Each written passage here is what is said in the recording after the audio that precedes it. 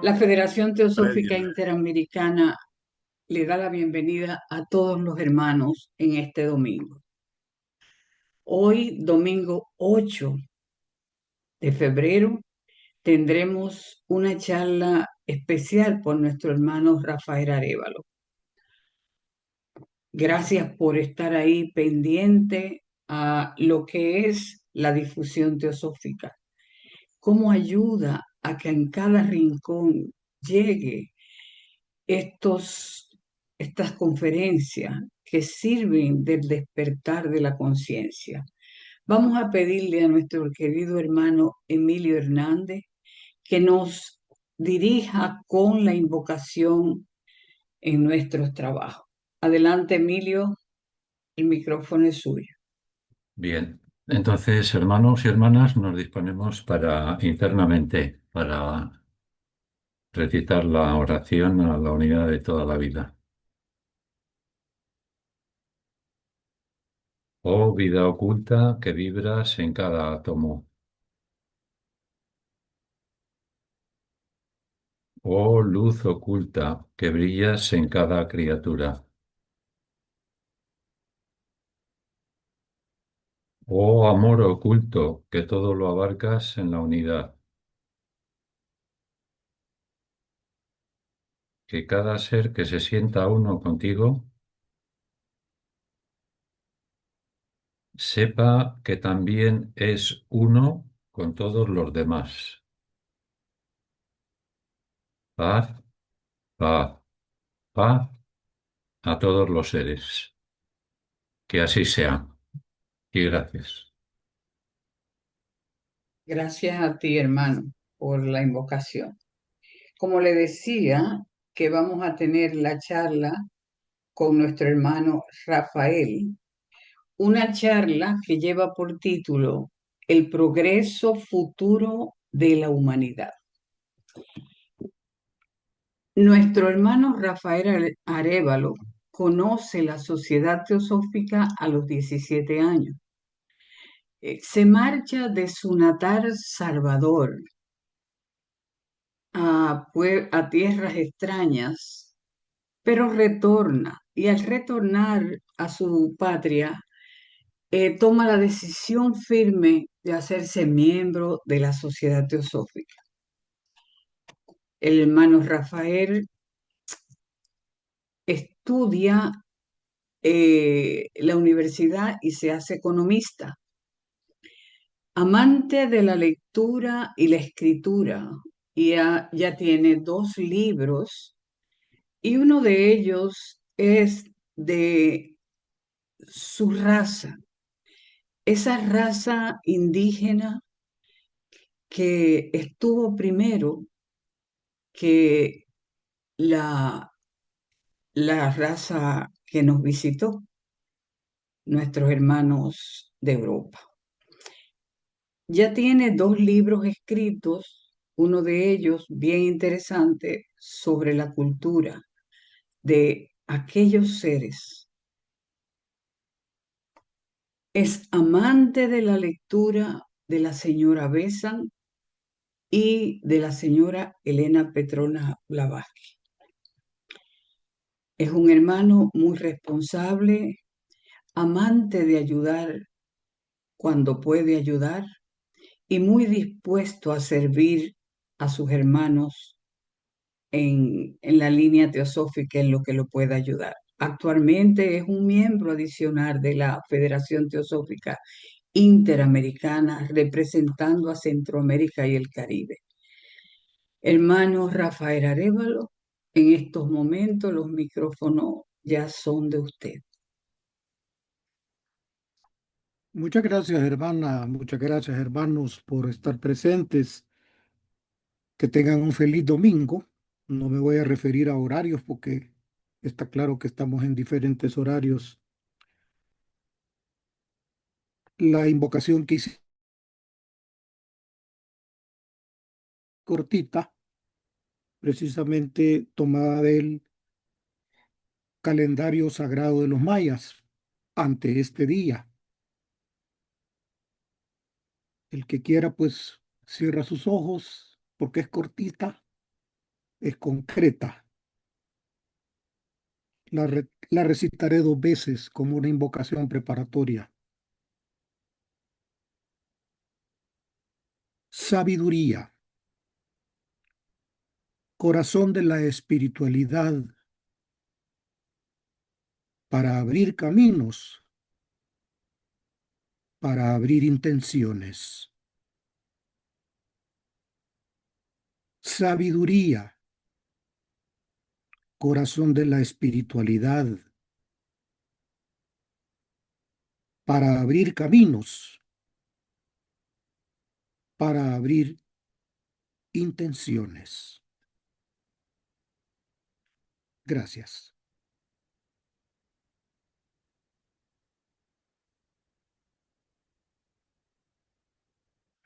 Bueno, hermanos, el título de la charla de hoy, que ya lo dio a conocer mi hermana Magali, a quien respeto y quiero mucho, no es, digamos, un acertijo sensacionalista o materialista, el progreso futuro de la humanidad. Tiene en realidad dos inspiraciones. Me imagino que a algunos de los que están presentes les pasa lo que a mí me pasa cuando vuelvo de un encuentro con muchos hermanos de América y de Europa, como lo estuvimos en noviembre pasado en San Rafael, en la hermosa provincia de Mendoza, en Argentina. Cuando volví de México también traje una inspiración que me la guardo por hoy, pero la de Argentina es precisamente pensar, reflexionar sobre el futuro progreso de la humanidad. Probablemente las charlas, el ambiente, los intercambios, toda aquella convivencia que uno tiene al hermanarse con tantas personas de distintas latitudes, le trae a uno esa inquietud, ¿no? Vine con esa inquietud. ¿Cuál es el progreso futuro de la humanidad? Y también la segunda inspiración es que en la obra de Annie Besant, El Sendero del Discipulado, hay una sección que lleva ese nombre. El Sendero del Discipulado pues tiene varias secciones, pero la última recuerdo que es la que nos habla de el progreso futuro de la humanidad. Como no es acertijo, no es el futuro progreso, sino que el progreso que va a ocurrir, porque ya está claro que va a ocurrir ese progreso futuro para la humanidad. Por lo tanto, pues la charla la he basado grandemente en las palabras de Annie Besant. También un poquito nos ha contribuido otro presidente de nuestra sociedad, el instructor Ginara Hadassah, y un poquito allá al final, pues mis modestas opiniones o conclusiones, que serán mejores y más importantes cuando ustedes me compartan las que ustedes tengan a bien darnos. Voy a referirme a las palabras de uno de los Joffreys que estudian la doctrina secreta, ¿no? Yo recuerdo que está Hudson, Barborca, pero también está Geoffrey Farthing. Eh, ¿Por qué dije yo que el futuro o el progreso futuro eh, vendrá? Porque la naturaleza es una emanación, ¿verdad? Que trabaja en formas ordenadas, ¿verdad? Animadas y ordenadas, y todo tiene su antecedente, nos dice Farthing, en rondas precedentes, ¿verdad? Y lo que se expresa en el presente y por lo tanto en el futuro es un aspecto de un término que me parece muy propio para este momento, que es el devenir eterno, ¿verdad? Tenemos un devenir eterno. estamos dentro de un devenir eterno que se encarga de desarrollar nuevos instrumentos por parte del espíritu que se va manifestando en todas sus potencialidades. O sea que estamos en proceso, ¿verdad? Como decía el Buda, somos productos en proceso. El espíritu va manifestando esas potencialidades y eso lo va haciendo por medio de una aparición ordenada, como ya lo dije, de etapas. ¿Y cómo se va dando eso? Blavatsky también lo dice en la doctrina secreta, de adentro hacia afuera, ¿verdad? ¿De dónde viene nuestra cadena planetaria? Para que podamos un poco platicar esta mañana de el progreso futuro, de una cadena precedente, ¿verdad? Que los que estábamos estudiando teosofía desde hace algún tiempo sabemos que esa cadena precedente es a la que le llamamos la cadena de la luna. Al terminar esa cadena, por decirlo de esa manera, al culminar esa cadena, los chayas, que son las sombras de esa cadena, entran a formar parte de la cadena naciente que, digamos, reencarna, ¿no? Que es la cadena planetaria de la Tierra. Recuerdan que hay una figura que la vamos a ver en un momento que es como un arco en que comienza por medio de un proceso involutivo. En esa involución hacia la materia van trabajando los pitris lunares, ¿verdad? Los pitris lunares son los que se van encargando de que esos chayas perfeccionen las formas físicas, los cuerpos físicos, no solamente del humano, sino también de sus etapas precedentes. Porque como ya lo mencioné, lo dice Farthing, ¿no? Geoffrey Farthing, todo tiene su antecedente. En esa etapa que le llamamos involución, que es el arco hacia abajo, se va, digamos, proyectando. Algunos dicen se va arrojando el prototipo también, además de lo físico, del cuerpo astral humano. ¿Por qué primero del cuerpo astral? La tercera proposición de la antropogénesis de Madame Blavatsky nos dice que en la, digamos, en la formación, en la emanación de lo que es el ser humano, el cuerpo astral fue anterior al cuerpo físico. Y sería así para toda la naturaleza, ¿verdad? O sea, los chayas, aquellas sombras, son tomadas por los pitris lunares para ir formando esos prototipos, ciertamente físicos, pero que primeramente pasan por los cuerpos astrales. Se van densificando por un proceso de duraciones que no nos podemos en este momento imaginar, hasta que, digamos, alcanzan a través de etapas, ¿no? Una densificación culminante en la tercera ronda, digamos ya bastante aproximado a la cuarta ronda en la que nos encontramos. Es por decir así que en la tercera ronda ya hay una conformación cosmogónica propicia para que en la cuarta ronda se puedan precisamente formar las primeras razas.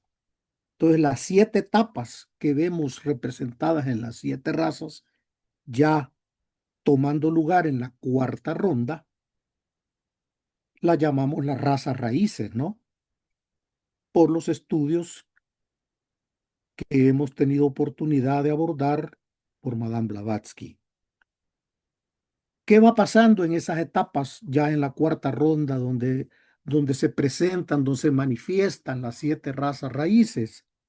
Hay una preparación de vehículos, ¿verdad? Hay un perfeccionamiento de la forma física en un sentido progresivo, ¿no? Llegamos a la cuarta ronda, llegamos a la cuarta raza, hemos ya subido un poquito directo hacia la quinta raza. Ya vamos en el camino ascendente donde vamos, después de haber preparado y haber perfeccionado los cuerpos físicos, las formas físicas, vamos, digamos, caminando, progresando hacia una voluntad sujeta al ego superior. Por eso es que hay un futuro, ¿no? Porque el arco es convexo, ¿no?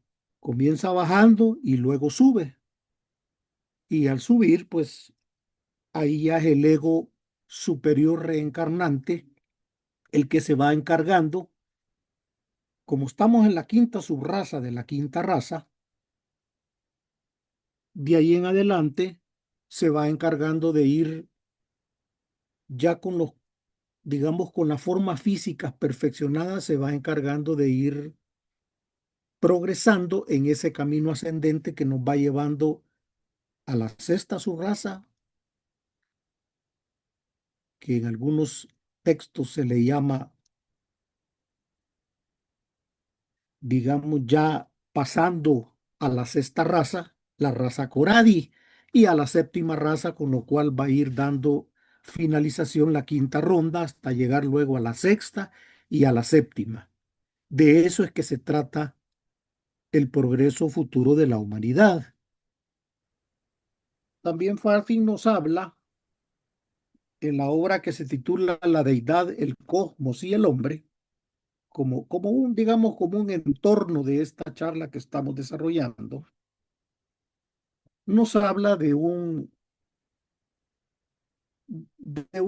afirmación que realmente es contundente porque nos lleva a pensar que estos estudios que nosotros realizamos nos da la certeza de que están referidos a la raza o a la etapa, digamos, de razas humanas en las cuales nosotros nos encontramos. En lo que vemos ya claramente en la presentación, dice que hay un ejemplo que en la doctrina secreta se nos explica y lo vamos a resumir, donde nos dice que la primera raza, la raza polar, se reproducía por fisión, o sea, por aquella división celular, y todavía lo hace la ameba o amiba. La segunda raza, que es la raza hiperbórea, se reproducía por gemación, o sea, por brotes. Los hijos crecían a partir de su progenitor hasta que se podía ya lograr una existencia independiente. Segunda raza, decíamos, la hiperbórea se reproduce por gemación, pero tampoco esas formas de reproducción han desaparecido. Les voy a poner un ejemplo muy común, el plátano. El banano, como le querramos llamar, es un ejemplo de gemación, ¿verdad? De yemas, de brotes que ellos solos se reproducen hasta que se forma el ser completo y vamos nosotros y tenemos la oportunidad. Yo aquí en mi casa los tengo, los plátanos, yo los corto y me los como. Sigue ese proceso vigente. En la tercera raza, que se le acostumbra a llamar la lemur, esa es una raza que tiene su peculiaridad porque como que se divide en dos etapas. La primitiva se caracteriza por ser hermafrodita, o sea que en un solo ser están ambos sexos, ambos géneros, a donde podemos ver mostrado, manifestado y exhibido ese fenómeno en los vegetales. Muchos vegetales tienen en su mismo tallo, en su mismo cuerpo, los dos sexos. El mejor que se me viene a la mente, se me viene a la memoria, es el maíz, que es de nuestras tierras indígenas mesoamericanas, la comida principal. En la mata de maíz, como le llamamos la caña de maíz, el penacho, o sea, la parte alta, es la flor masculina. en algunos países, además de penacho, le dicen el jilote. En cambio, la femenina es ya la mazorca de maíz, que en algunos países cuando está tierno le llaman el elote. El jilote, el elote, ¿verdad? Y el maíz se puede consumir de esa manera fresquito, ¿verdad? Como una fruta jugosa, muy sabrosa, o se puede dejar secar para producir toda aquella gama de la gastronomía mexicana, guatemalteca, centroamericana, que se basa en la tortilla, en el tamal, ¿verdad? Ya esos son los frutos, ya son la independencia de ese ser está en un mismo ser hermafrodita. Llega la etapa en que se separan los sexos en esa tercera raza y entonces ya a partir de dos sexos separados, de dos seres separados, se forma una sola célula que se desarrolla después como un organismo multicelular, que son sus hijos, mis hijos, nosotros mismos, ¿verdad? Y antes tuvo que ser hermafrodita, que fueron los gusanos, los caracoles, las plantas. Entonces, al llegar ya a la separación de los sexos, se forma ya, digamos, las características de lo que nosotros, en algún momento Madame Blavatsky dijo, los de la tercera todavía, si se nos aparecieran por ahí, pues todavía nos parecerían unos seres un tanto extraños, pero ya en la raza Atlante, la humanidad ya comienza a parecerse a lo que nosotros todavía vemos en el presente. Pues resulta que todos esos procesos tampoco han desaparecido porque el embrión humano, el óvulo que la mujer pone a disposición del esperma, guarda las mismas características de un huevo,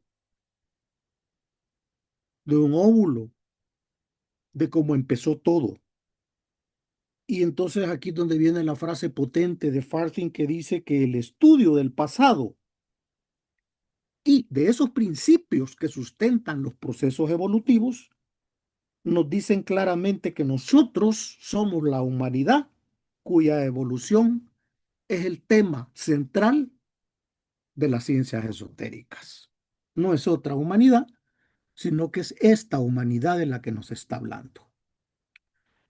Hecha esa antesala, vaya, de dónde venimos, es de esa manera que Annie Besant también aborda, sin entrar en la parte, dijéramos, detalles biológicos, el progreso de la humanidad a través de los siglos. Hay un transcurso de siglos que no los podemos nosotros dimensionar.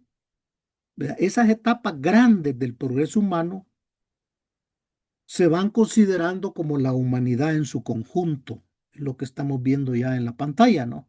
La humanidad en su conjunto, nos dice Annie Besant, la humanidad, yo hay veces prefiero decir las humanidades, ¿verdad? Porque han sido muchas las humanidades, ¿no? eh, se van formando a través de ese futuro progreso. Según el concepto teosófico que tenemos sobre la evolución, es a través de esas edades, ¿verdad? Que siendo contempladas por grandes seres que han sido sus primitivos instructores, gobernantes y guías, el hombre no es tal hoy como debe de llegar a ser, ¿verdad? Y como va a llegar a ser algún día. Ya dijimos, ¿verdad? Que en la etapa descendente se van formando, se van perfeccionando las formas físicas. Y solo al entrar, digamos, en la parte más baja de la materialización, que ya vamos a ver en un momento el arco, vamos subiendo hacia la evolución donde nos vamos a sujetar a la voluntad del Ser Supremo, a la voluntad del Yo Superior, a formas que nos dicen más adelante que lo que le espera a la humanidad es que las humanidades futuras, por eso me gusta el término humanidades, porque es la misma, pero no es la misma, pero las humanidades que llegan van a ser probablemente, deseablemente, humanidades de adeptos, porque seguramente el hombre actual no es tal como lo conciben quienes lo proyectaron en esa peregrinación, ni según lo ven en su mente los que le insuflaron esa evolución, le impelieron esa evolución. La humanidad tuvo que recorrer el arco descendente, ¿verdad? Y ha llegado ahorita en el punto ínfimo de conversión, de retorno, y se extiende hacia sus pasos por una empinada cuesta. No es nada fácil, a cuyo término, a cuya culminación se espera, se sabe que va a darse la perfecta y gloriosa humanidad, que será, por cierto, muy distinta de la humanidad que vemos hoy, de la que ya pasó, y tendrá que llegar a ser como la que concibió el divino pensamiento, porque todo lo que vemos nosotros manifestado está en el pensamiento. Las obras de cada uno de nosotros, nuestro trabajo, nuestros hijos, nuestros logros, nuestras equivocaciones también, ¿no? Lo mejor que podemos hacer siempre comienza en el pensamiento. Primeramente se concibe, se gesta, se incoa en la mente para llegar a materializarse, para llegar a manifestarse. El universo, como lo vamos comprendiendo, comprende 7 grandes y distintas regiones, a las que Annie Besant le va a llamar planos, ¿verdad? ¿De dónde surgen esos planos? De la mente divina. Y ahí retoma un poco las enseñanzas de Blavatsky, diciéndonos que ese surgimiento va de dentro hacia afuera. Porque Madame Blavatsky lo repetía, decía, la naturaleza evoluciona de adentro hacia afuera. Claro, en las representaciones simbólicas que se nos hacen, también se nos dice de arriba hacia abajo. Y por eso a veces vemos el Atma y el Buddhi en la parte baja, y hay veces en otras imágenes lo vemos arriba. Eso es nada más para que la mente concreta lo vaya comprendiendo, ¿verdad? Ahí es según la frase que cada quien prefiera, ¿verdad? Creo que lo central es que de adentro hacia afuera es centrífugo, pues, el proceso evolutivo. Podemos concebir el universo entonces como es un grandioso sistema solar, ¿verdad? Porque conocemos el nuestro, ¿no? O por lo menos estamos intentando conocer el nuestro, ¿no? No lo conocemos todavía, eso es muy pretencioso, ¿verdad? Pero sí entendemos que estamos dentro de un sistema solar donde el Sol representa en la materialización física, ¿no? A a un logos que lo ha formado. Y cada orbe, cada esfera va representando lo que nosotros figurativamente le llamamos planetas, un plano del universo. Los planos interiores, llevándolo esto de adentro hacia afuera, serían los de la materia sutil. En una ocasión preguntaban en nuestra logia, mire, ¿y el Budi es materia? Claro que es materia, pero es materia más sutil. No la compare con el cuerpo físico, que es la materia densa. Entonces, las materias más sutiles están en los planos interiores, ¿verdad? Donde la energía está menos aprisionada, está menos enlatada, entrada en una lata, en una camisa de fuerza, ¿va? Los exteriores serían los de la materia, que es más densa, y la energía es la que queda en ese caso aprisionada por la densidad de la materia que la va envolviendo.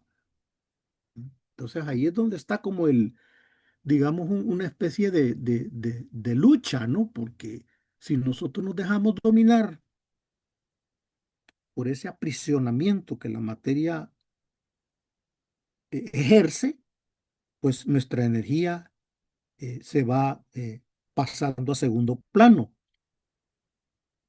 Luego dice que también es importante tomar en cuenta, advertir que en cada una de estos planos, de estas regiones, hay habitantes. Hay habitantes. No estamos hablando de extraterrestres y de cosas raras, sino que habitantes significa que hay seres vivos, porque para la doctrina secreta todo está vivo. Hay personas que piensan que las piedras no son vivas. Los que vivimos en países que estamos a la orilla de la orilla de fuego del Pacífico, sabemos que la tierra tiembla, ¿no? Que los volcanes se manifiestan. ¿Verdad? No son calamitosos, son vivos. ¿Verdad? Tienen su propio grado de conciencia y que la evolución va primero del centro a la circunferencia, pero también en ese futuro progreso o en ese progreso futuro regresa de la circunferencia otra vez al centro. ¿Cómo, cómo lo explica a veces eh, el ocultismo, el hinduismo, por medio del gran aliento? Exhala. ¿Qué es lo que exhala? La materia. Emerge la materia. La exhalación es la materia. ¿Verdad? Y la vida se oculta. Cuando hay una exhalación, la vida, la conciencia se oculta. Y cuando se inhala, la materia vuelve, pero a lo más sutil. Y entonces es que la conciencia, la vida es desvelada. El velo se quita, ¿verdad? Hay una vida que está ya evoluida, evolucionada, de una forma ya en avance, diferente a como fue. La humanidad, que fue el objeto y el resultado del proceso evolucionario, para ese entonces, cuando la vida sea desvelada, habrá ganado algo que es lo que a todos nos forma, experiencias. Esas experiencias son las que nos van formando. Yo soy partidario de que el hombre no cambia, nadie cambia, llegamos a ser, que es diferente. Claro, uno dice ese término, estoy cambiando, dice. Desde que estudio teosofía, estoy cambiando. Yo lo he dicho también, pero en el fondo no estoy cambiando, estoy llegando a ser. Estoy llegando a ser a donde tenía que ser, porque la misma humanidad colectivamente ha pasado por esos procesos, ¿no? No era en el pasado y en el presente lo que está pensada esa humanidad, ese ser individual a llegar a ser. ¿Y qué es lo que va a llegar a ser? Pues va a volver a ser divinizado. Y al ser divinizado va a ser preparado para otras etapas de otro avance. Pensemos un poco en eso, porque ese es precisamente por qué estamos hablando del progreso futuro de la humanidad. No es porque estemos adivinando, ya vislumbramos que hay un progreso futuro. De lo que estamos hablando es de una actitud, de cuál va a ser la emanación de nuestro Dharma, de nuestra misión ante ese camino empinado, ante ese reto que se nos va a ir presentando. Y a continuación, en ese gran movimiento, que es grandioso, ¿verdad? En el que vamos incluidos todos, ¿verdad? Vamos por un proceso de individualización, porque se nos habla en los textos pues de una individualización de la mónada que precisamente solo se manifiesta en la etapa humana. Una individualización para que nosotros en la mente concreta la podamos entender, ¿verdad? En mi logia yo les he repetido, miren, la mónada no es un espíritu, la mónada es un rayo, como el sol, ¿no? Uno dice que en la ventana en la mañana entran dos, tres rayos, sí, así los ve uno, ¿no? Y esa es la percepción de uno, pero la luz del sol es una sola, la mónada es como la luz del sol. Esa individualización, llamémosle así como aparente, como percibida, va pasando pues a una materia eh, cada vez menos densa. Entonces, anteriormente hemos citado que los planos tienen sus habitantes, ¿verdad? Y ahí está la forma cóncava, convexa, depende de dónde la veamos. ¿Verdad? Aquí es cóncava porque parece ser que el fondo está en la parte más baja, ¿va? Si le damos vuelta sería convexa. Y estos en su evolución por ese arco descendente, ¿verdad? Que en nuestro caso podemos, creo que aquí en el cursor vemos que en esta etapa es donde la estoy señalando, actúan precisamente los pitris lunares, perfeccionando las formas físicas. Primera ronda, segunda ronda, tercera ronda, y aquí en la cuarta ronda que está en la máxima o en la mínima, ¿verdad? Curvatura donde se materializa, donde se densifica, es donde se van a formar las razas, las 7 razas raíces en las 7 etapas. Y estos, a su vez, en su evolución, hasta aquí fue la involución, ahora hemos comenzado, creo que estamos como por aquí, ¿no? Muchas gracias, como por ahí estamos ahorita. ¿Va? Todavía no nos creamos del todo que estamos en un camino bien empinado, donde todavía vamos a ir del descendente, nos vamos a ir separando, pero poco a poco y vamos a ir tomando formas más materiales mientras la humanidad va ascendiendo en el arco a formas más sutiles, porque en la parte donde estamos o acabamos de estar, pues en las formas más materiales que se han manifestado y vamos poco a poco en el arco ascendente a formas más sutiles, siempre de unidad hacia una vida que está por develarse. Ese es el progreso futuro de la humanidad. Esa es una idea del cosmos con K. Recordemos que Madame Blavatsky nos representaba el cosmos con K para referirse al cosmos infinito y el cosmos con C a nuestro sistema solar como un todo. Es una forma de explicar cómo el cosmos va descendiendo, va involucionando primero a lo más denso hasta ir en un camino empinado ascendiendo hacia materias más sutiles. En la doctrina secreta, yo lo he tomado de la versión en inglés de la página 200. Habría que buscarlo también en Cosmogénesis de la versión en español, que no la tengo en este momento para ver en cuál, pero está representado esto, ¿verdad? Los planos y las esferas. Nosotros en teosofía sabemos que Madame Blavatsky dijo, miren, no les pongamos nombres extraños, ¿verdad? Pongámosles A, B, C, D, E, F y G. ¿Verdad? Ya nos acostumbramos a esa terminología que es como muy amigable, ¿verdad? Pues resulta que también Madame Blavatsky decía que lo que está aquí al lado derecho es la teosofía de Occidente, es la Kabbalah. Ella hace una comparación asombrosa entre la Kabbalah y la ciencia esotérica. La Kabbalah, que no es precisamente lo que se divulga, pues que es como hebrea, judaica, en realidad sabemos que viene desde los caldeos, ¿verdad?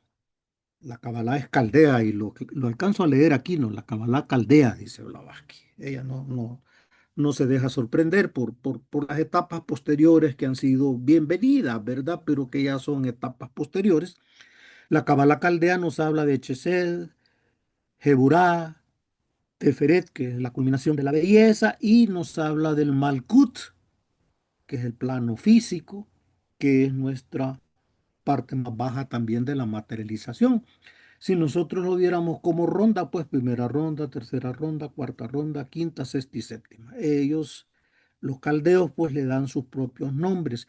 Lo que sí creo que es fantástico en esta comparación es el mundo arquetípico o el plano arquetípico donde están estos dos. Después me voy a referir a este triángulo que es lo más difícil.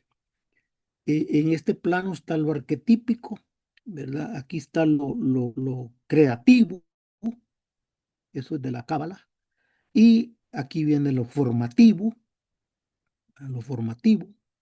Y aquí está pues ya el plano físico, ¿verdad? El plano material, ¿verdad? Pero ven ustedes qué comparación más genial, ¿no?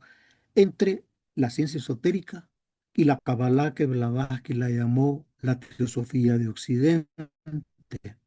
De Occidente en el sentido que estaba un poquito más al oeste de la India, ¿no?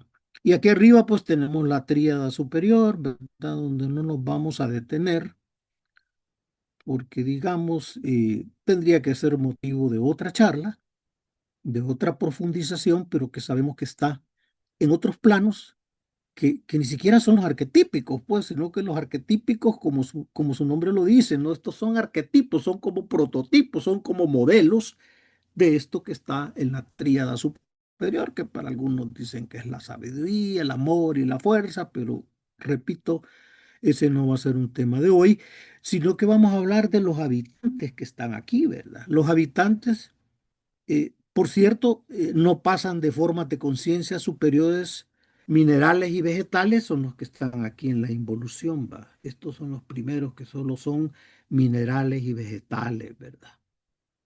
Algunos que interpretan la parte zodiacal dicen pues, que aquí está el fuego en la primera ronda, ¿verdad? Aquí está el aire en la segunda ronda, aquí está el agua en la tercera ronda y en la cuarta ronda está la tierra, ¿verdad? Fuego, aire, agua y tierra.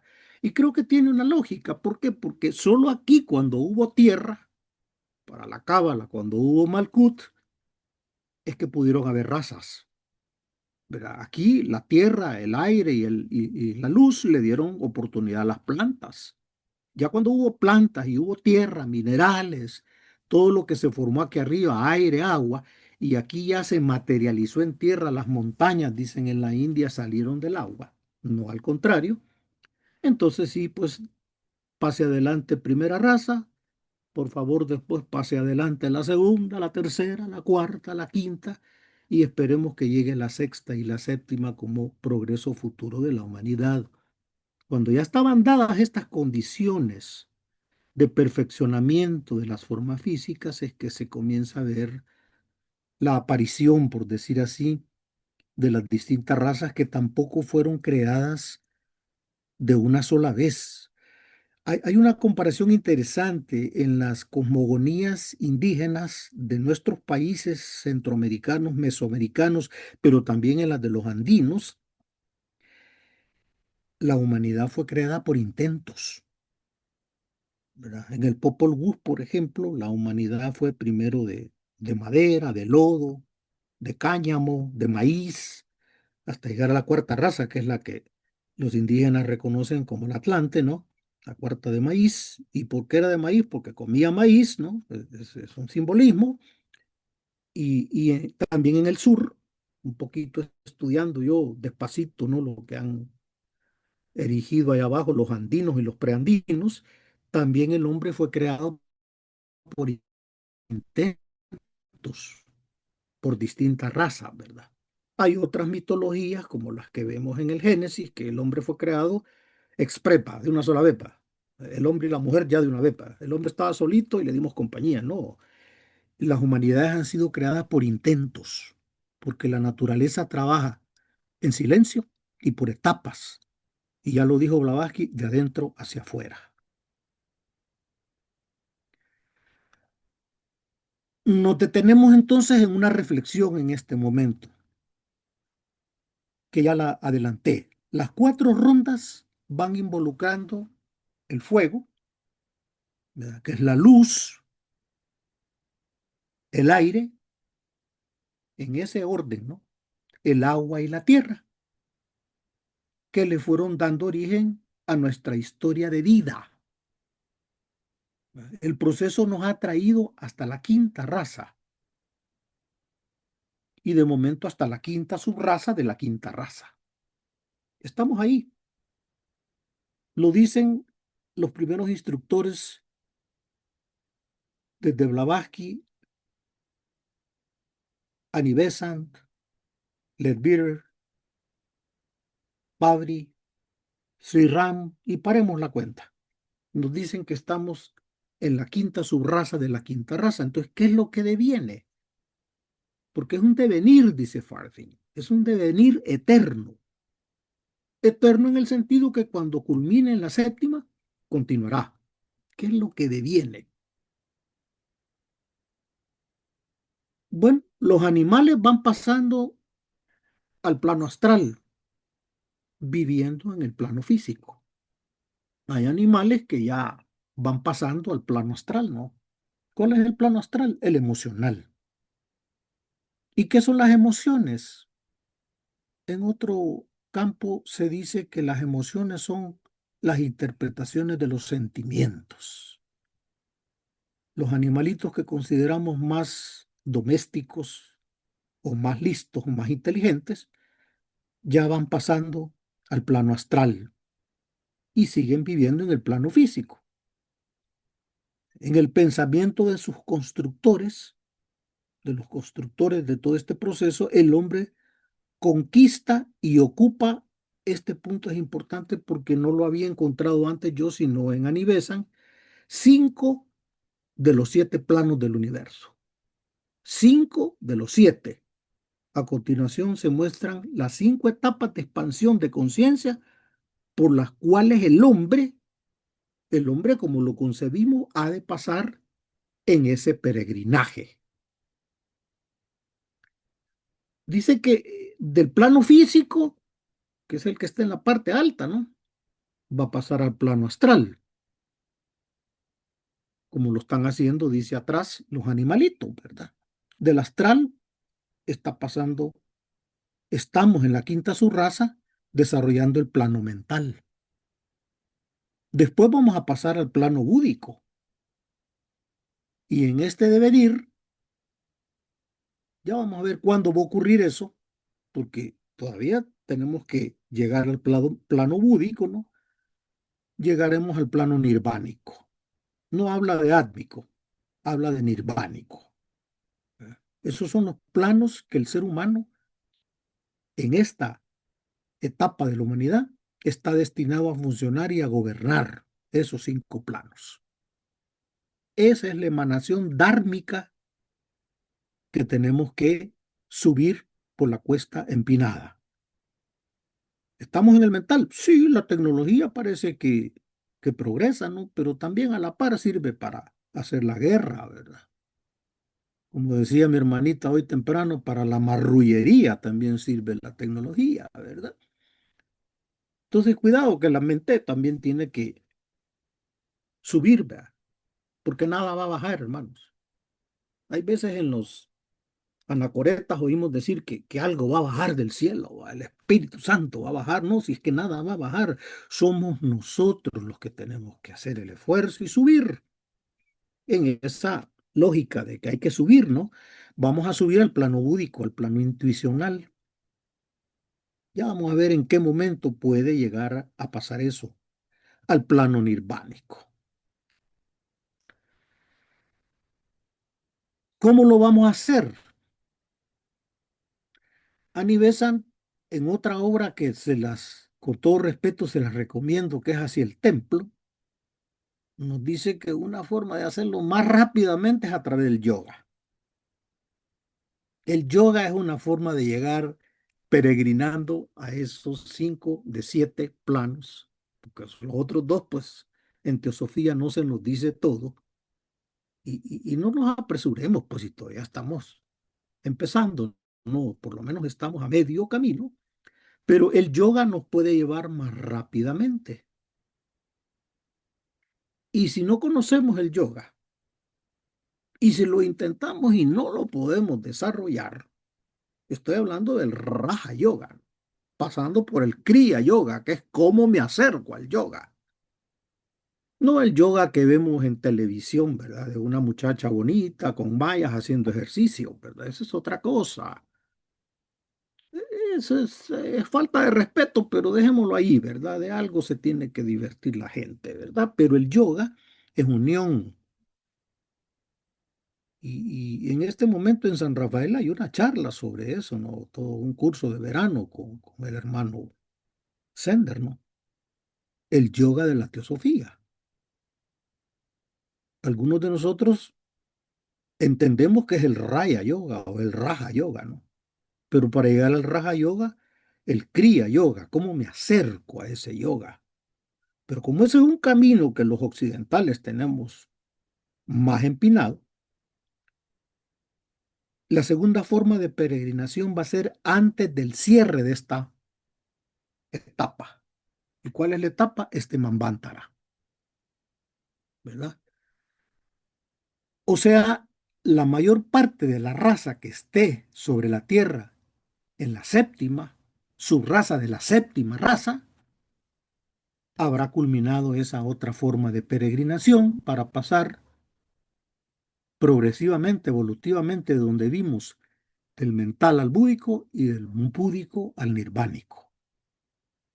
Entonces, hermanos, si no lo hacemos con el yoga, porque cuesta, antes del cierre de este Manvántara, avancemos, porque la mayor parte va a poder pasar, la mayor parte que esté sobre la tierra en aquel momento como séptima subraza de la séptima raza, va a cerrar ese Manvántara, va a terminar esta cadena planetaria y va a ceder. Aquellos eran los pitris lunares, ¿verdad? Yo haciendo un poco de comedia digo, pues va a donar sus pitris terrícolas, ¿verdad? Sus pitris terrenos, terrenales, como querramos, ¿verdad? Entonces vemos pues que la polar, o sea, en teosofía todo es ciclos, porque en el universo todo es ciclo, ¿verdad? En la cuarta raza, no, en la cuarta ronda donde nos encontramos, hemos ya visto cómo se da ese surgimiento de las razas que está aquí de alguna manera expresado, ¿no? De la polar a la hiperbórea, de la hiperbórea a la lemur, que ya hicimos un poco ese recorrido con las formas de reproducción que Farthing nos obsequia, ¿no? Al Atlante, la área donde nos encontramos evolutivamente, la Coradi y finalmente la séptima. Es ahí donde está el círculo amarillo de la séptima raza, donde la mayor parte de la humanidad haya o no haya practicado el yoga, o lo haya practicado de manera incipiente, deberá de llegar a esa peregrinación final, o sea, a dominar el quinto de los séptimos, quinto de los siete planos a los que se refiere Anibesan, ¿no? O sea, el nirvánico.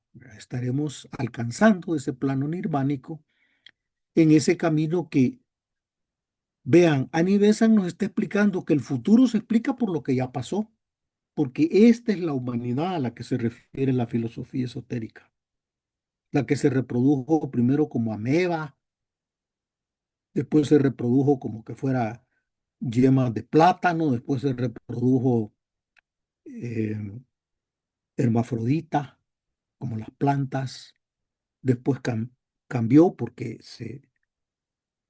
se formaron, por así decir, en un proceso larguísimo, los dos sexos.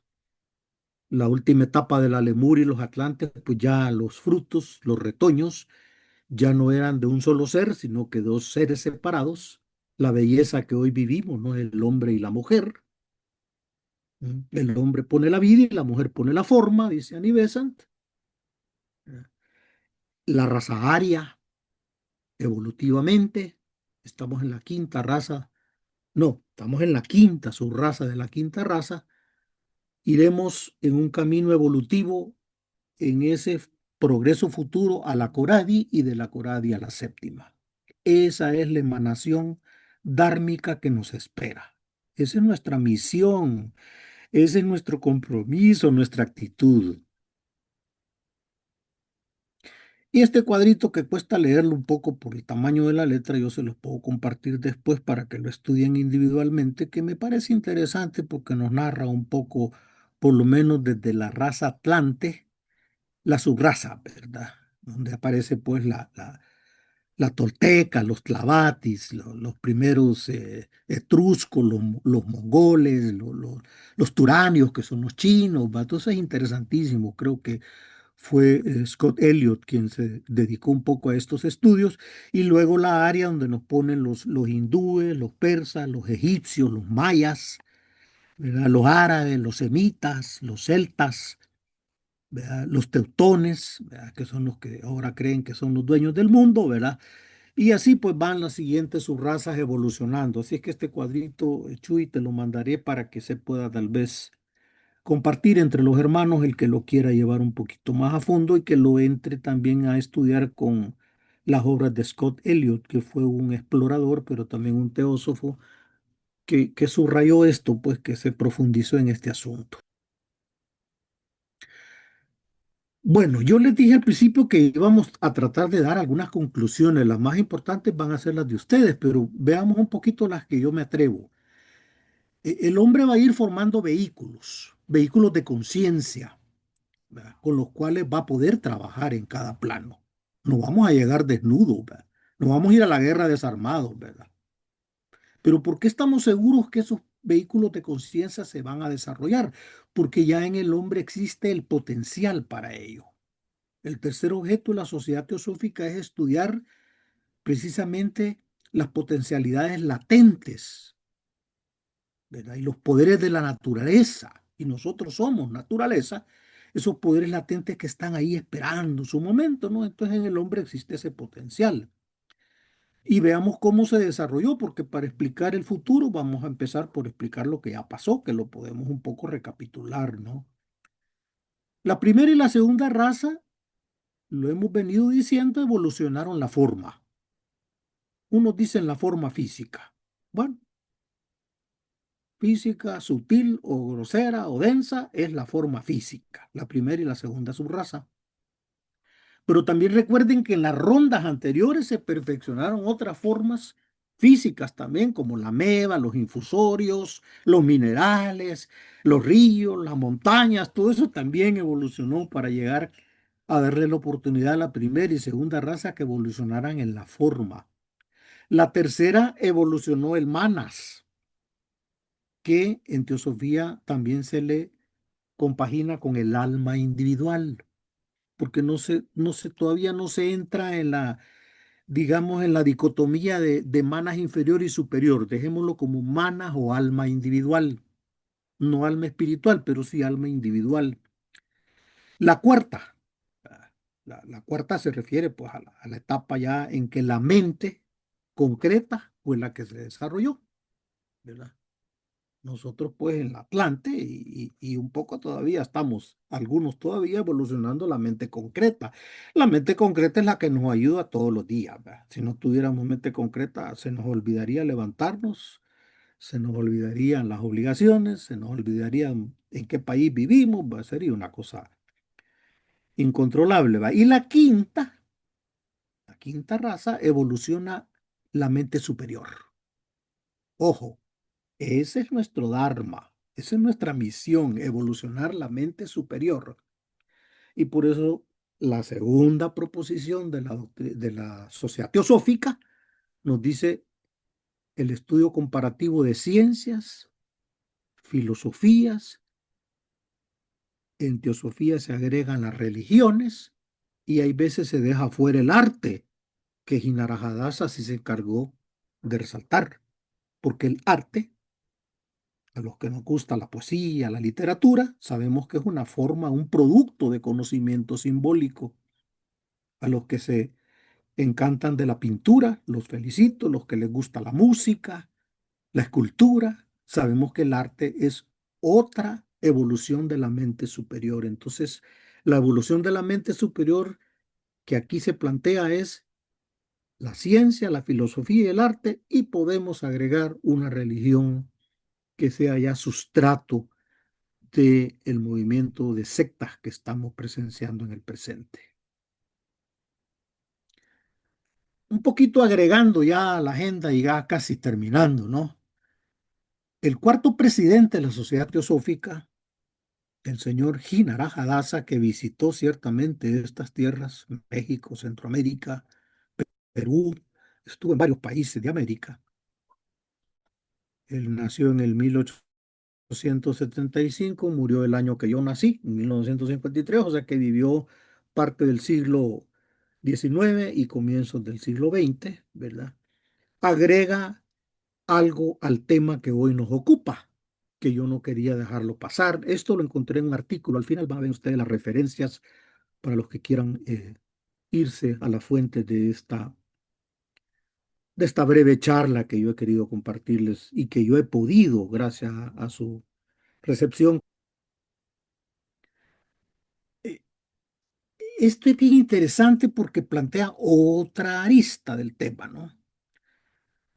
Hay grandes instructores, sí.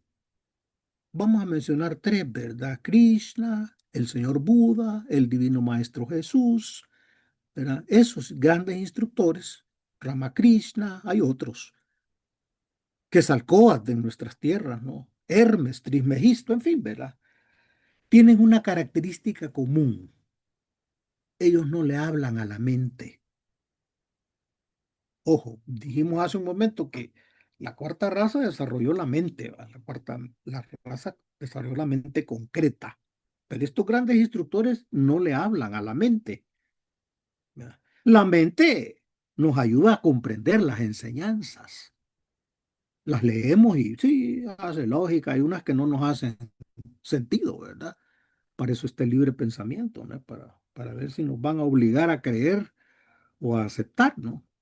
La mente puede comprenderlas, pues, pero la instancia de sus palabras, o sea, el nivel de las palabras de los instructores, de la conducta, sobre todo el ejemplo de esos instructores, se dirige a otra facultad, que no es la mente. ¿A cuál facultad se dirige? A la misteriosa facultad de la intuición, nos dice Hinarajadasa, ¿no? Al Budi, ¿no? A desarrollar la cuarta de las cinco que vamos a desarrollar en el futuro, ¿no? Esos maestros no vinieron a fundar iglesias, ni jerarquías, ni poderes, ni política, ni nada de eso. Ellos vinieron a hablarle a la intuición, a esa misteriosa todavía facultad que todos tenemos como potencialidad. Pensemos en esto. Por ejemplo, del Cristo. El Cristo es un título, ¿va? Que se magnificó en el maestro, en el divino maestro de Nazaret. Se ha dicho que lo que él predicó no era nada nuevo, pues no era del todo nuevo, porque muchas de sus enseñanzas ya estaban divulgadas por los profetas de Judea anteriores a su tiempo. Sin embargo, ¿qué hizo el Cristo? Para sus oyentes, lo que no le hicieron el favor los que lo precedieron. ¿Por qué? Porque los que precedieron se dirigieron a la mente de los oyentes, mientras que el Cristo se dirigió a la intuición. Y por eso leemos un poco en la doctrina, ¿no?, cristiana, que a los discípulos les hablaba de una forma diferente que las parábolas que ocupaba para los oyentes que solo tenían mente, ¿verdad? Pero también él vino a cumplir la misión de hablarle a los que no solo la mente iban a ocupar, ¿no? Hubo un apóstol que subido arriba de un árbol le dijo, ¿y tú cómo sabes mi nombre? Ah, vos veniste conmigo y vas a conocer cosas mayores, ¿verdad? O sea, hay un momento, ¿no?, evolutivo en que el hombre va evolucionando de la mente a la intuición. Y para eso es que vienen los instructores. Lo mismo ocurría en Benares o Benarés, en la India, cuando apareció el Gautama Buda. Todo esto nos lo narra Hinarajadasa. Las magnificentes enseñanzas de los Upanishads ya eran conocidas, ya eran comentadas, ¿verdad? Habían élites que hablaban de eso, ¿verdad? Por doquier había instructores, religiones que discutían, ¿verdad? Quizás públicamente, quizás en élites, el absoluto, el camino del nirvana. Está bien, ¿verdad? Había gente que lo entendía, había gente que apenas y había gente que no lo entendía, pero vino el Buda y se encargó de qué? De manifestar esas antiguas verdades, pero apelando a la intuición. Y hombres y mujeres consideraron la vida ya desde esta vez como un nuevo punto de vista o desde un nuevo punto de vista, casi como que si la observaran por primera vez, como cuando uno lee un libro de teosofía y uno pasa por alto algo, una enseñanza, ya sea porque no le entendió, no le dio importancia, ¿va? Pero si uno la relee y encuentra algo que no lo vio la primera vez, es como que si uno la observara por primera vez. Ahí es donde ya no es a la mente a la que le estamos hablando o el texto no le está hablando a la mente, sino a la misteriosa facultad de la intuición. Así ocurre en todas partes. Siempre que aparece un gran instructor, su obra no va a consistir en plantear problemas que la mente es capaz de resolver, más de lo mismo, ¿va? Sino que cada vez que aparece un instructor es porque su labor, su misión, su dharma consiste en trascender la mente y apela a la misteriosa facultad de la intuición. Los grandes instructores vienen a ser los representantes supremos de la humanidad intuitiva. Son un adelanto, ¿no? Hay algunos que dicen que el señor Buda venía de la sexta ronda, ¿verdad? Wow. No de la sexta raza, sino que de la sexta ronda dicen que venía, ¿verdad? Wow. Entonces son como representantes de una humanidad intuitiva, por eso hablo yo de humanidades y no de una sola, ¿no? Pues ven la unidad y no la diversidad.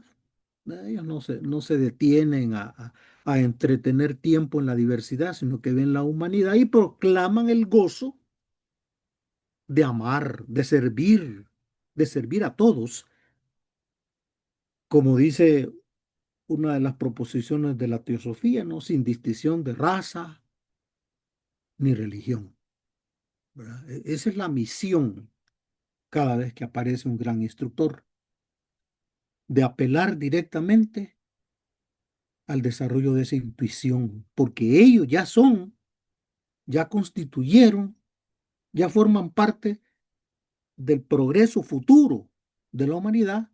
¿De cuál humanidad? De la humanidad intuitiva que se llegará formando próximamente. ¿En cuántos siglos? Es la pregunta. Pero que va a llegar, va a llegar. Ya casi estamos al final. Jinarajadasa nos trae algo que vale la pena también, con todo respeto, de vez en cuando revisarlo, que es el pensamiento de Baruch Spinoza. ¿Verdad? A él lo toma parcialmente, ¿verdad? En ciertas enseñanzas del gran filósofo. Parece que tenía nacionalidad sefardí, holandesa, judío, ¿no?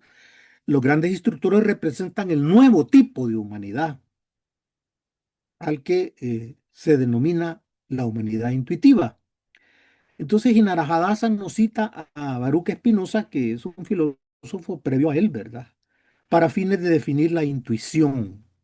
Baruch Spinoza es de la época del siglo XVII, ¿no? Entonces vamos a ver un poquito cómo Spinoza o Spinoza, que es un autor muy, muy profundo, muy interesante, nos habla de la intuición. Yo no lo quise poner en palabras, sino que lo quise poner así como representativo, ¿no? La intuición comienza abajo, ¿no?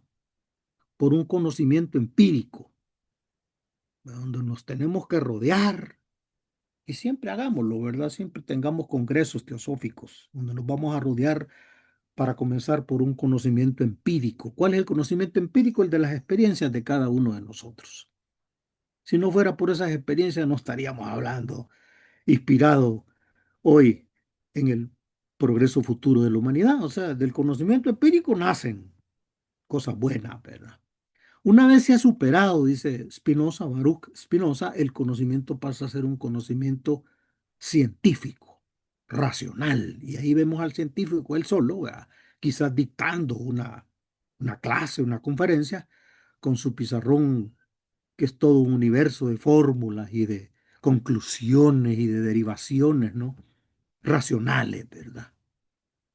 Pero esa etapa, que también es de la mente superior, la vamos a superar, la debemos superar para llegar a un conocimiento contemplativo.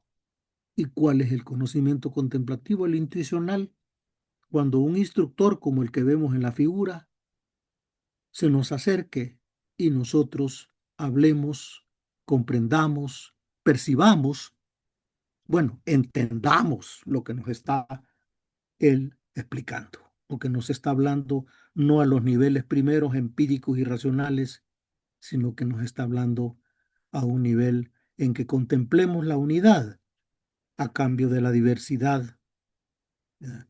Donde nos habla y nos hace sentir como si fuera la primera vez que estamos entrando a una nueva vida. Una anotación final. La evolución entonces de la que estamos hablando, no la de Darwin ni la de otras ideas, ¿no?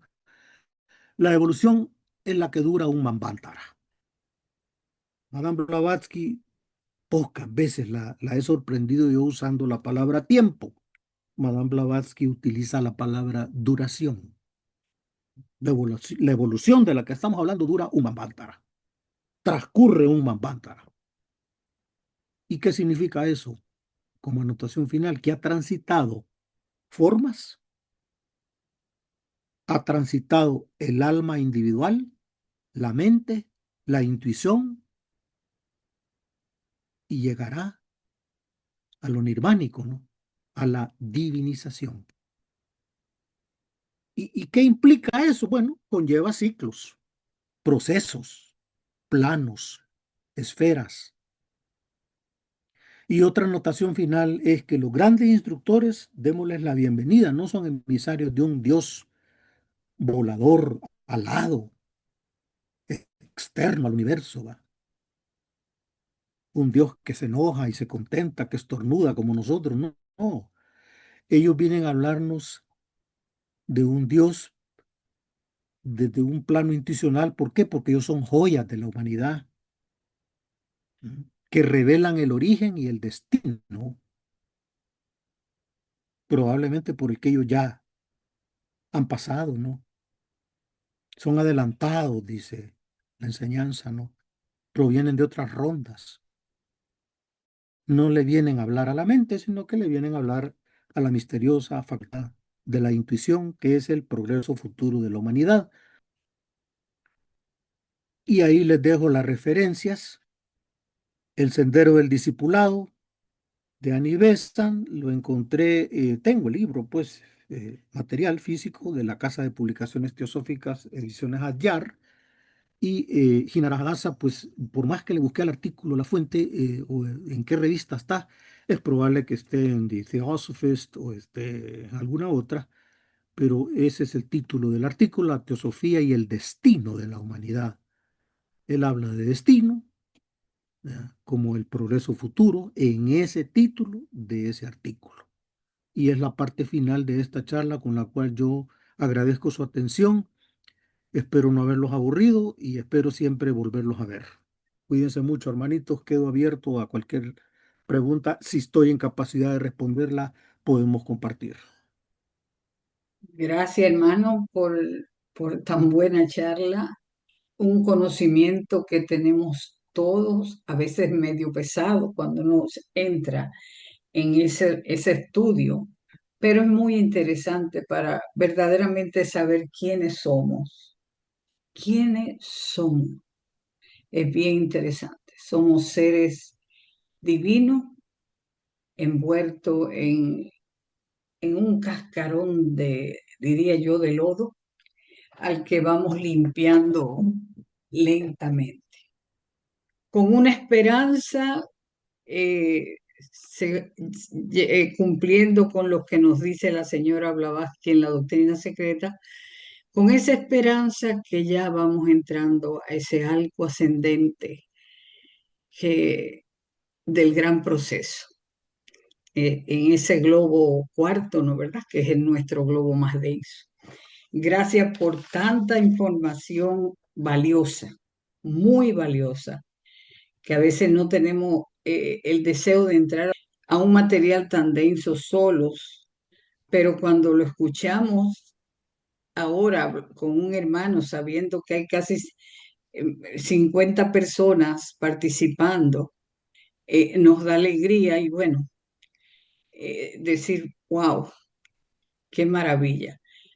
Si algún hermano, así es que le damos las gracias, la federación le da las gracias por su participación con un trabajo tan necesario, porque tenemos que saber que esto no está hecho al azar ni por capricho de nada. Es un proceso evolutivo que es necesario para el despertar de la conciencia, para alcanzar esos puntos que están ahí marcados para llegar cuando verdaderamente podamos. Pero vamos, paso a paso, como hace ese caracol que va subiendo la montaña y el águila aparentemente llegó, pero yo llegaré como el caracol, paso a paso. Pero qué interesante, hermano, y nos da tanto ánimo que estos trabajos se hagan, porque son necesarios. La humanidad ha tenido mucha instrucción falsa, mucha instrucción alterada, mucha instrucción que los ha envuelto en una fantasía, pero ya es hora de conocer un poquito más de lo que es esa verdad y sin miedo, sin temor a nada, sino viviendo el proceso. Perdone que le tomen tanto tiempo, hermano, pero a veces me emociono porque cuando entré a la teosofía no nos dejaban ni tocar la doctrina secreta, ¿no verdad? Y entonces ya es el momento. Gracias, hermano, por su ponencia. 1 millón de gracias. Me encanta.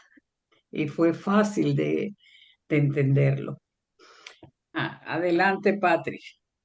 Hola, muy buenas tardes o buenos días, dependiendo del país. Muy buenas tardes, hermanos. Muchas gracias, señor Rafael. Fue muy interesante su plática, muy instructiva y sobre todo nos dio herramientas muy necesarias para comprender y entender nuestra evolución. Solamente tengo dos cuestiones para usted. La primera es, cada raza ha desarrollado en cierta manera un sentido. Y obviamente el sentido que hemos tenido son nuestros 5 sentidos que tenemos actualmente. Se dice que en la sexta raza se va a convertir en un sentido que es la clarividencia o la intuición, ¿no? Desde su punto de vista de usted, ¿qué es lo que considera que nosotros como seres humanos tengamos la facultad o la habilidad para poder desarrollar esos sentidos evolutivos, porque cada raza nos ha delegado algo muy importante? Y la segunda pregunta corresponde a por qué actualmente existen nacimientos de lo que le llaman estos que son hermafroditas, que tienen los dos sexos, tanto masculino como femenino, ¿no? Y que a veces es muy difícil para la familia determinar con qué sexo se quedan. Gracias y buen día. Bueno, hermanita, con la primera pregunta la sentí más compasiva. Con la segunda me la pone un poco más difícil, pero vamos a tratar, ¿verdad? Sí. Bueno, saco el promedio y no es tan compasiva, pero tampoco me deja callado, ¿verdad? Óigame, ¿cómo es que va a llegar? La intuición, yo siempre la he comparado con un libro que tuve la oportunidad de leer y ya no lo volví a encontrar. Sí estaba físicamente en una biblioteca en idioma inglés que se titula The Tan of the Mirror, ¿Qué significa the tan of the mirror? El betún del espejo.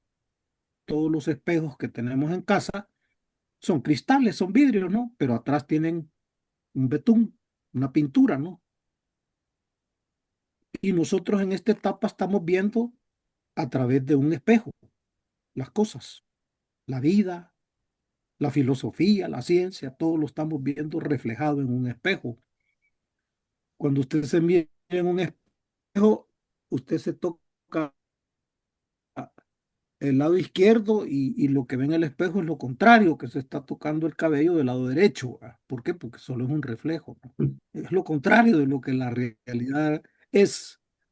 Entonces, The Tan of the Mirror, que es un libro muy instructivo, que no necesariamente es teosófico, es filosófico, dice que la intuición es cuando le quitemos ese betún al espejo. El espejo ya no tendrá betún en su parte posterior. El espejo va a ser un cristal a través del cual vamos a poder interpretar, vamos a poder ver las cosas como son, ¿verdad? Porque incluso algunos filósofos lo han dicho, ¿no? Las cosas intuitivamente son vistas como son realmente y no solamente como las interpretamos, ¿verdad? Porque todo lo que hacemos en esta vida presente en realidad es interpretación, ¿verdad? Cada quien tiene su interpretación. Alguien preguntó una vez, y, y cada cabeza es un mundo, ¿y qué es lo que tiene cabeza? Cada cabeza, pues no lo sé, porque cada cabeza es un mundo, ¿verdad? Entonces cada quien tiene su interpretación, cada quien tiene su opinión, ¿verdad? Cada quien tiene un betún en ese espejo, no mira todavía a través de un cristal, sino que todo lo ve a través de un espejo. Entonces nosotros vamos a ir evolutivamente, ¿no? Llegando a un momento en que vamos a ir con las uñas o con lo que sea raspando ese betún, ¿no? Y vamos a poder ver a través del cristal lo que es la realidad, lo que es el porvenir. Y la segunda pregunta que como dije, pues le faltó compasión. Óigame, yo retrocedo a esa parte que vimos, ¿no? De que las formas de reproducción todavía están presentes, ¿no? O sea, las amebas existen, los hermafroditas existen. ¿Y por qué? Si solo existen en las plantas, no van a poder existir en los seres humanos, pues. Sí, es sorprendente, pues, ¿verdad? Sin duda, pero son, digámoslo así, como vestigios, como rasgos de que es la humanidad de la que estamos hablando en las ciencias esotéricas, ¿no? Porque ha pasado por esas etapas. Imagino yo que en la etapa lemúrica ser hermafrodita era lo más común, pues. Todos se saludaban en las aldeas, en los lugares donde convivían, ¿no? Hermafroditamente, ¿no? O sea, cada quien tenía sus 12 formas reproductoras incorporadas, digámoslo así, ¿no? Y hoy en día, pues sí, lo queremos ver como que fuera una lepra, pero no es eso, pues, o sea, es algo que ya estuvo presente, ¿no? Esta es la humanidad de la que está hablando la teosofía y las ciencias esotéricas, entonces sí sorprende porque no es lo común, pues. No es lo que se da a conocer sin ningún tapujo, sino que se esconde eso, ¿no? La moral, que es otro invento, dice el filósofo Nietzsche, ¿verdad? La moral es un invento, pues es algo que el hombre quiere acomodar, ¿verdad? Entonces queremos ver a esas personas como que son extrañas, como que no son de este mundo. Y lo mismo pasa si no lo vemos solamente en el campo biológico, sino también en el campo, dijéramos, identitario, con el tema de las personas que son no heterosexuales. No voy a decir la otra palabra porque hay varias, ¿verdad? Hay bisexuales, homosexuales y todo lo que se voy a decir, ¿no? Esas personas también no son enfermas, no son acomplejadas, no son distintas a nosotros, porque lo que nos separa es lo que nos une precisamente. ¿Verdad? Entre manos, las culturas, ¿por qué se unen? Porque tienen puntos de vista diferentes. Entonces nosotros no podemos discriminar por esas razones a nadie. ¿Por qué se manifiestan? La única respuesta o la única especulación que yo le puedo ofrecer es que son réplicas de algo que siempre estuvo, pues, que ya estuvo, mejor dicho, en esos procesos evolutivos. Si usted quiere, son plantitas, pues, que ya existieron. No son adefesios ni anormalidades, son cosas que ya sucedieron porque pertenecen a esta humanidad o a estas humanidades, como me gusta decirlo a mí, de las cuales estamos hablando en Teosofía. Espero haber siquiera llegado cerca de lo que usted me estaba preguntando. Sí, hermano, muchísimas gracias. Que tenga buen día. Gracias, igualmente. Salomón, pase. Sí, buenos días, hermano Rafael.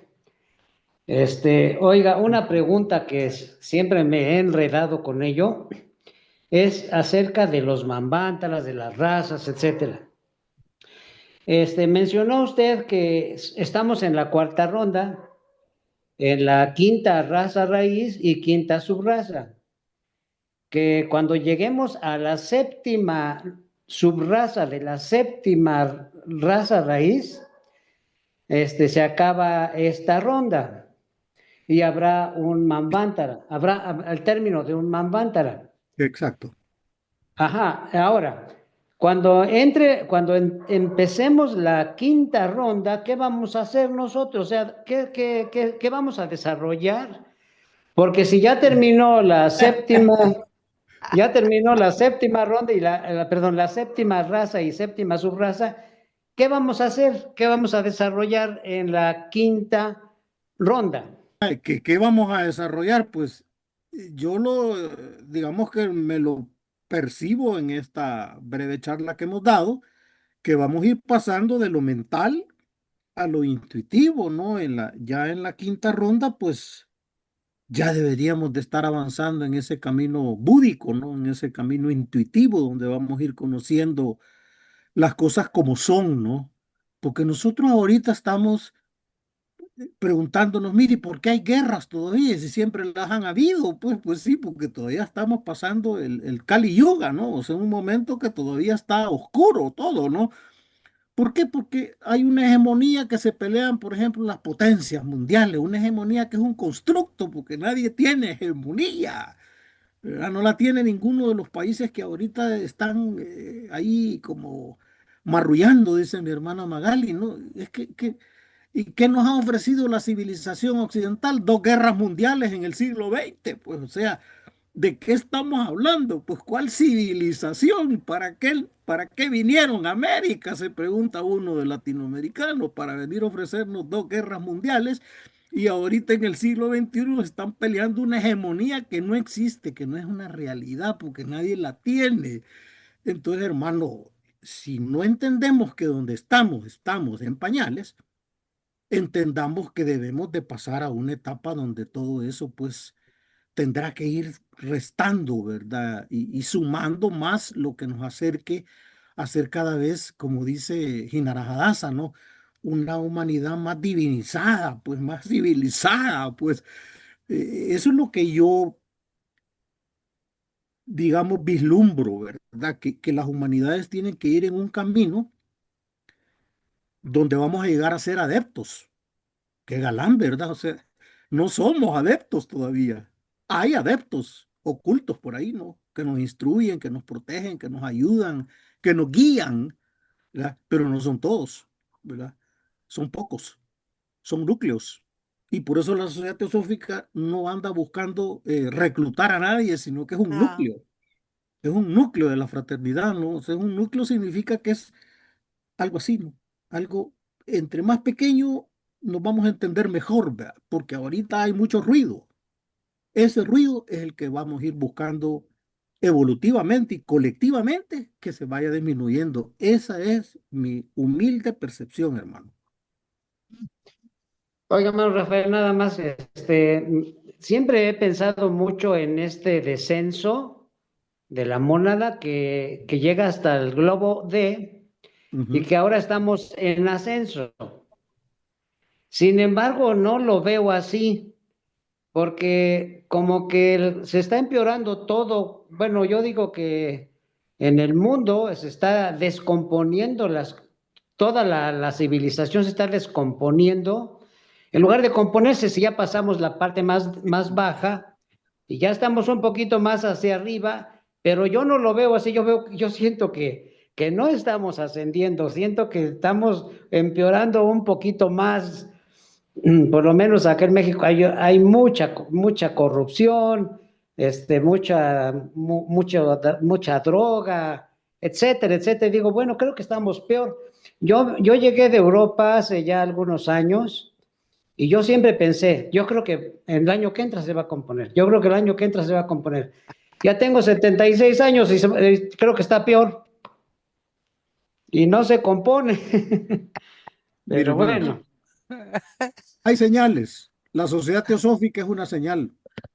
Dice Charles Bitter, dice que en el cuarto, los siglos tienen cuatro cuartos, ¿va? Los primeros 25, los segundos 25 son 50 años, el tercer cuarto, los 75, ¿verdad? Siempre traen algo. Y la sociedad teosófica vino en 1875. Póngase a pensar qué vino en 1975 y va a ver que hay algo, ¿verdad? Vino el pensamiento New Age, vino pensar más en lo espiritual, ¿verdad? Para bien o para mal vino la Internet, ¿verdad? Que es una manera por eso estamos aquí, no, si no, no pudiéramos estar, pues es una tecnología sana, digamos, si se usa sanamente, ¿verdad? Porque todo es así, ¿verdad? Si yo lo ocupo, la tecnología, el átomo, un constructo que los hindúes ya la conocían, ¿verdad? Blavatsky lo conocía, y hasta ahora los físicos dicen, sí, es cierto, el átomo existe. Pues claro que existe, siempre existió, pues, pero el átomo también lo ocupan para hacer bombas, ¿verdad? Entonces sí, al final de cada cuarto, el 2075, pues ya no lo vamos a ver, ¿verdad? Ya los muebles tuyos los va a sentar alguien más, ¿verdad? Y los míos también, ¿no? Pero algo va a suceder en el 75, ¿no? En el 75 siempre pasa algo que nos va haciendo, aunque el resto se va quedando, ¿no? Yo te entiendo, pues sí, yo quisiera también que el mundo fuera de otro modo, ¿verdad? Que entrara yo en el espejo de Alicia, el País de las Maravillas, y fuera otra cosa, pues. Pero, ojo, hay mucho lastre, pues, y sí, pareciera que no avanza la cosa, pues, pero la sociedad teosófica es un paso, y hay otros pasos que hay que sí, hermano irlos, Rafael, le agradezco mucho. Buen día. cuídese. Gracias y adelante, la hermana Edel. Gracias, Rafa, te Bueno, eso, felicito, ok, pero mi gracias. enfoque es completamente diferente. Me quedo, bueno, dándote las gracias, pero yo creo que el cuerpo búdico está completamente activo en todos, pero en algunos duerme, en otros está adormilado y en otros está durmiendo. Pero personas como tú hacen un trabajo muy bonito por la forma en el que expones que Magali dijo una palabra, nos dejas entusiasmados. Y eso me recordó cuando a Lima llegó el señor Guinarayadasa. Se le presentó acá en Lima en un teatro muy grande, ¿no? Que queda acá en Lima muy bonito, muy elegante, y se llenó de gente. No se cobró nada, por supuesto, pero se llenó. Entonces el señor Guinarayadasa creo que hacía lo que dijo acá en una conversación con una señora Rada. El éxito de un teósofo es hablar de Budi a Budi. Quien lo tiene adormilado no va a entender sino mentalmente y otros lo tendrán dormido. Pero ciertos seres como el señor Guinarayadasa, que hace vibrar todo un ambiente con ese poder de vibración búdica, ¿sabes lo que hizo? La gente así enfervorizada salió tras él como si fuera una procesión. Lo seguía por la plaza más grande, la Plaza San Martín, que queda acá en Lima, donde él se alojaba en el Hotel Bolívar, un hotel precioso que tiene un balcón central. Y la gente abajo porque era lógico, había producido tal entusiasmo un ser como él. No estoy hablando de cualquiera, un ser como él, ¿ya? Entonces la gente esperaba, cerró la pista y junto con ellos otra cantidad enorme de gente y lo llamaban, ¿no? Lo llamaban. Entonces él tuvo que salir al balcón a darles unas palabras más y dejó a a la gente enfervorizada por ese poder que tiene el budi, o sea, la vibración búdica sobre el cuerpo búdico de las personas.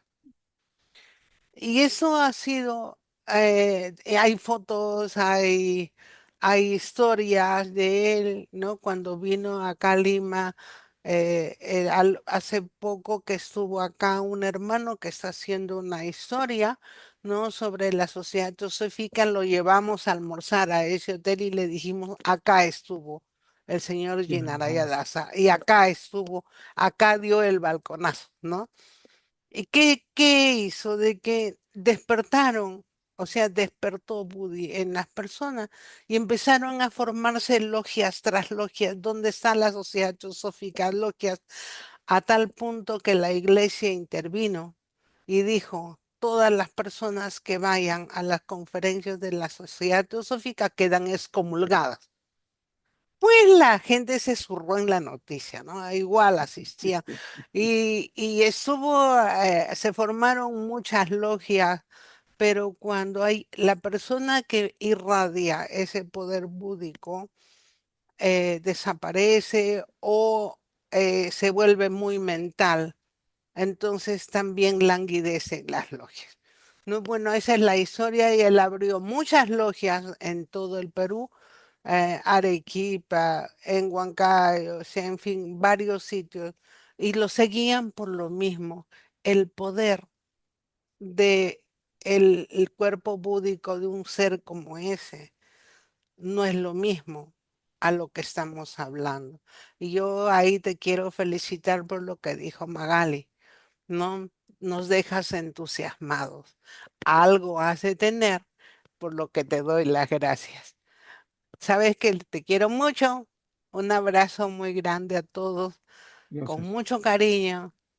Espero haber transmitido un poquito de amor a todos, porque eso es lo que me han inspirado siempre. Muchas Saludos, gracias. Edith. Cariño. Gracias, hermana. Dalmis, Dalmi, adelante.